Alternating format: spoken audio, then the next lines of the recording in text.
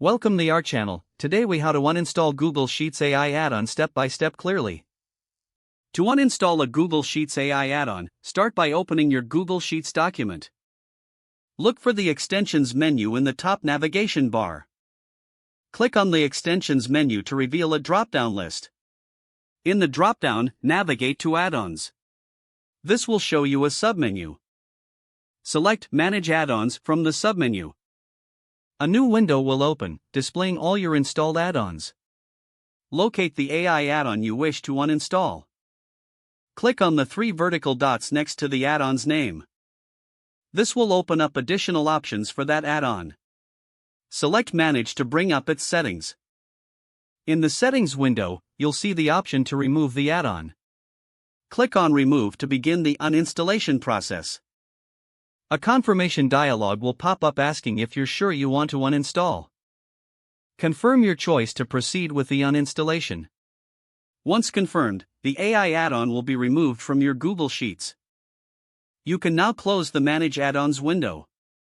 Your Google Sheets is now free of the AI add-on.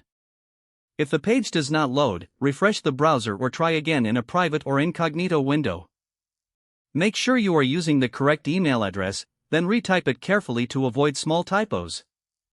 If your password is not accepted, use the reset option and create a new strong password you can remember. Check your spam folder for verification or security emails, then complete any requested confirmation steps. Enable two-factor authentication if available to improve account security and reduce unauthorized access risk. After signing in, review your profile details so your contact information and settings are accurate and current. If you see an error message, note it down and try again after restarting your device and internet connection. Log out when you finish, especially on shared devices, to keep your account and payment information secure. If the page does not load, refresh the browser or try again in a private or incognito window. Make sure you are using the correct email address, then retype it carefully to avoid small typos. If your password is not accepted, use the reset option and create a new strong password you can remember. Don't forget to like this video and subscribe to our channel for more step-by-step tech guides.